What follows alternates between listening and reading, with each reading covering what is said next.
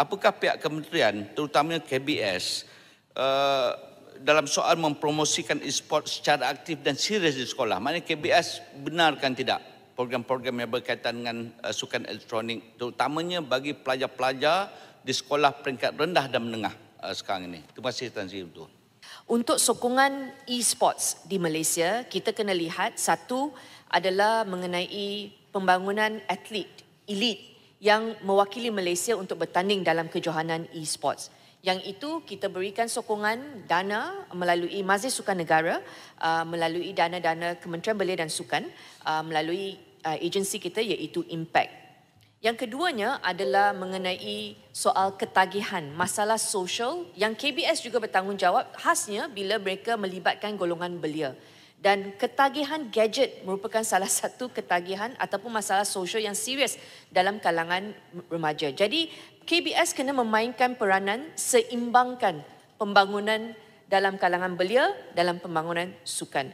Untuk yang mewakili Malaysia, yang ini tak ada soalan untuk melihat sama ada KBS akan sokong atau tidak. Kalau mereka mewakili Malaysia pergi, ada bakat, memang KBS akan menyokong mereka. Tetapi soal mendedahkan e-sports, mempromosikan e-sports di peringkat sekolah, seperti yang saya jawab, e-sports merupakan salah satu sukan teras yang mempunyai skor tinggi.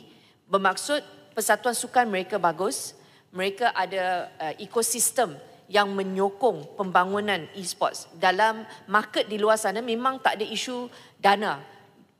Kerana banyak yang mengikuti e-sports, jadi sponsors ramai. Tetapi untuk promosikan secara aktif dalam sekolah, satu saya nak jelaskan, KBS mengambil dasar sangat konservatif untuk mempromosikan di sekolah. Buat masa ini, ketagihan gadget serta penggunaan berlebihan dalam kalangan pelajar kekal menjadi kebimbangan. Justru kawalan dan bimbingan bermula dari rumah oleh ibu bapa amat diperlukan agar minat terhadap sukan dapat diurus secara seimbang. Setakat ini, tiada promosi secara aktif dilaksanakan sama ada oleh KBS maupun Kementerian Pendidikan ke atas e-sports di sekolah. Walau bagaimanapun, beberapa sesi siri libat urus telah diadakan bersama KPM menerusi bahagian sukan, core curriculum dan kesenian.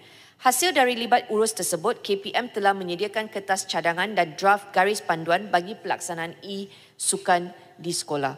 Berdasarkan pemakluman daripada Kementerian Pendidikan, mulai tahun depan, KPM akan menilai dan memberikan sokongan kepada penganjuran pertandingan e-sukan oleh agensi luar yang melibatkan